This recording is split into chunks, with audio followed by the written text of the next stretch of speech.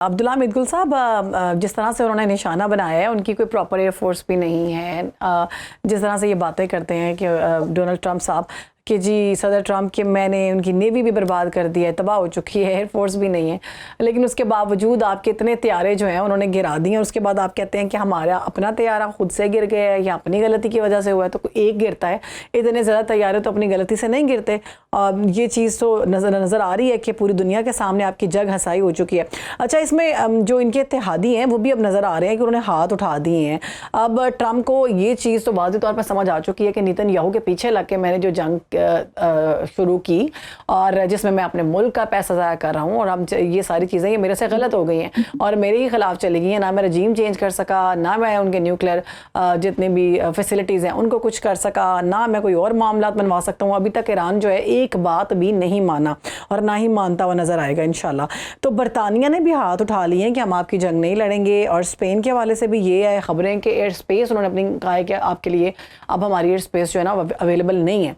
लेकिन उस सब में हम देखते हैं कि जो बड़ा अहम बयान उन्होंने दिया है मोहम्मद बिन सलमान के बारे में, वो कितना शर्मनाक है, आपने भी देखा होगा। उसका जिक्र करना मुनासिब नहीं है, लेकिन उन्होंने बहुत ही ऐसी ज़बान इस्तेमाल की है कि हैरान कुन सूरत हाल है कि आप उनके लिए अपने मुसलमान भाइयों के साथ लड़ने को तैयार नहीं है, लेकिन उसके बावजूद वो आपके बारे में क्या अल्फाज यूज़ कर रहे हैं।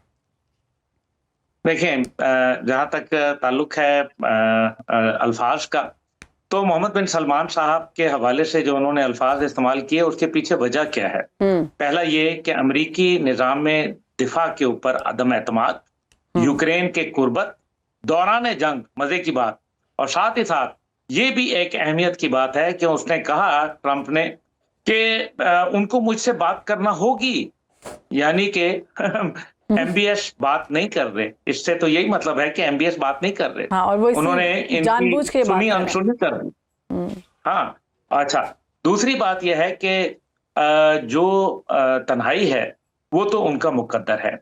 ईरान ने डिप्लोमेटिक आइसोलेशन कर दी, पॉलिटिकल आइसोलेशन कर दी, मिलिटरीली आइसोलेट कर दिया, स्ट्रेटेजिकली आइसोलेट कर दिया और फाइनेंशियली आइसोलेट कर दिया। नाउ शहरबानो बीबी, बात यह है कि दिस इज नॉट अफगानिस्तान जहां किसी को खित्ते के अंदर परवाह नहीं थी, क्योंकि ना अफगानिस्तान के साथ आबनाए हुर्मुज गुजर रही थी, ना दुनिया का 40% ट्रेड हो रहा था, ना दुनिया का तेल और गैस वहां से निकल रहा था, और ना ही वहां खलीजी ममालिक थे जो अरब ममालिक के लिए जो एक आपको पता ही है कि ये एटीएम का किरदार अदा कर रहे थे अमेरिका के लिए, और तमाम पैसे जहां से कमा के अमेरिका के अंदर इन्वेस्ट कर रहे थे। ठीक है, इन्वेस्ट कर रहे थे, कोई बात नहीं। अब मसला यहाँ यह है कि अब ये कमाएंगे नहीं तो क्या लगाएंगे।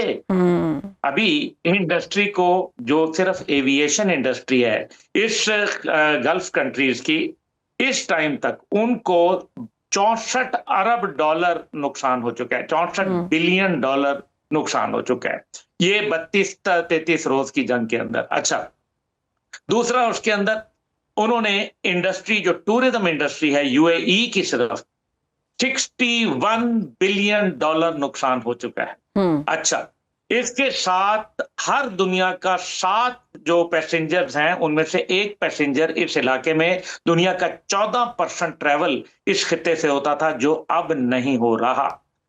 एलएनजी का प्लांट तबाह हो चुका है, 5 साल मुरम्मत करने में लगेंगे अपनी ओरिजिनल हालत में आने में, और 8 बिलियन डॉलर उसके ऊपर खर्च होगा जी। अब मुझे ये बताइए कि हालात किस तरफ जा रहे हैं। इसका मतलब यह है कि जो अमेरिका का दिफाई निजाम था, जिसपे वो कहते थे कि हमारे पास तो आईसीबीएम मौजूद है, हमारे पास तो पता नहीं कितने दूर दूर मार करने वाले मिसाइल मौजूद हैं, लेकिन वक्त आया तो पता चला आईसीबीएम कहां मौजूद है, वो मिनटमैन कहां मौजूद है उनका, क्योंकि ईरान ने 2000 किलोमीटर बोले थे, वो उनके नजर आते। आज अमेरिका को अपने जहाज भेजने पड़ रहे हैं और एयरफोर्स के जरिए बमबारी करानी पड़ रही है।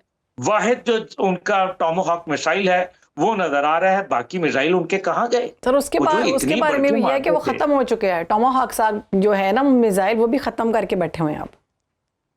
मैं यही कह रहा हूं कि इसका मतलब है कि अमेरिका का सबसे जो नुकसान हुआ वो उनकी इज्जत का जनाजा बड़ी धूमधाम से निकल रहा है, और ये रोजाना इसमें इजाफा हो रहा है। और जो आज आप तकब्बुर और जो देखें कि गरूर 7 था इनके अंदर कि हम सो कॉल्ड पाकिस्तान ने सुपर पावर मार गिराए भारत के, तो 7 जहाजों के बाद दुनिया ने थूका अब भारत के मुंह पे, ऐसा ही। और आज उनके 20 जहाज गिर चुके हैं, F-18, F-35, F-15, F-16, KC-135, C-3, ये और 2 बहरी बेड़े, उनका बेड़ा गर्क हो गया। जिस तेजी से आए थे उससे डबल दुगनी रफ्तार से वो भागे, उनके ऊपर आगे लग गई।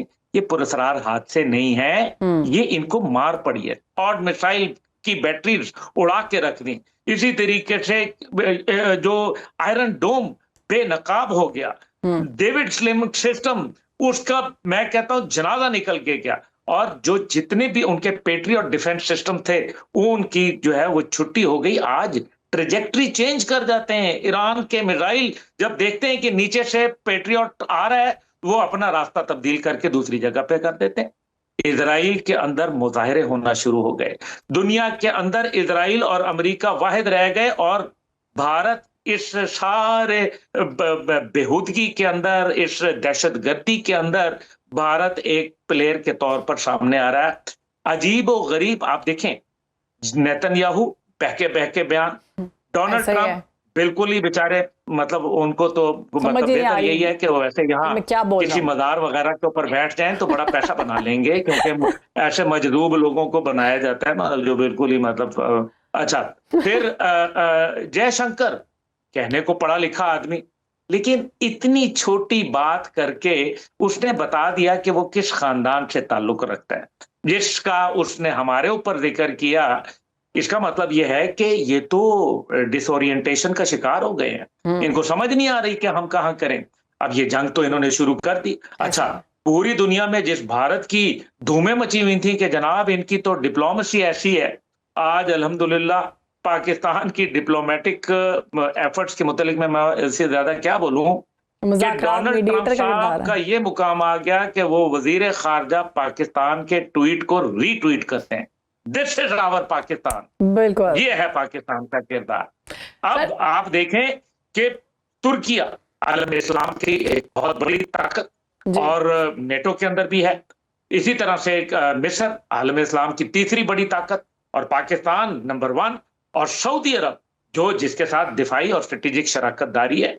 आज ये बात समझ आ गई है दुनिया को कि पाकिस्तान रकबे में जरूर छोटा है, लेकिन कद में बहुत बड़ा है, कम से कम भारत से कहीं बड़ा है। तो सर ये मोदी ने फिर क्या पाया व्हाइट हाउस में जाके? चीन और पाकिस्तान और रूस एक किरदार अदा कर रहे हैं, और आज मगरिब का ट्रस्ट पाकिस्तान पे है, तो मशरिक वुस्ता और ईरान पाकिस्तान पर अंधा यकीन करते हैं। बिल्कुल, पाकिस्तान जो मेडिएटर का किरदार अदा कर रहा है, बहुत अहम किरदार है, और ये बहुत बड़ी बात है कि इतने ममालिक को छोड़कर सिर्फ पाकिस्तान पर अपना सारा ट्रस्ट जो है अमेरिका का, ईरान का लगाना, ये पाकिस्तान के लिए बहुत बड़ी बात है।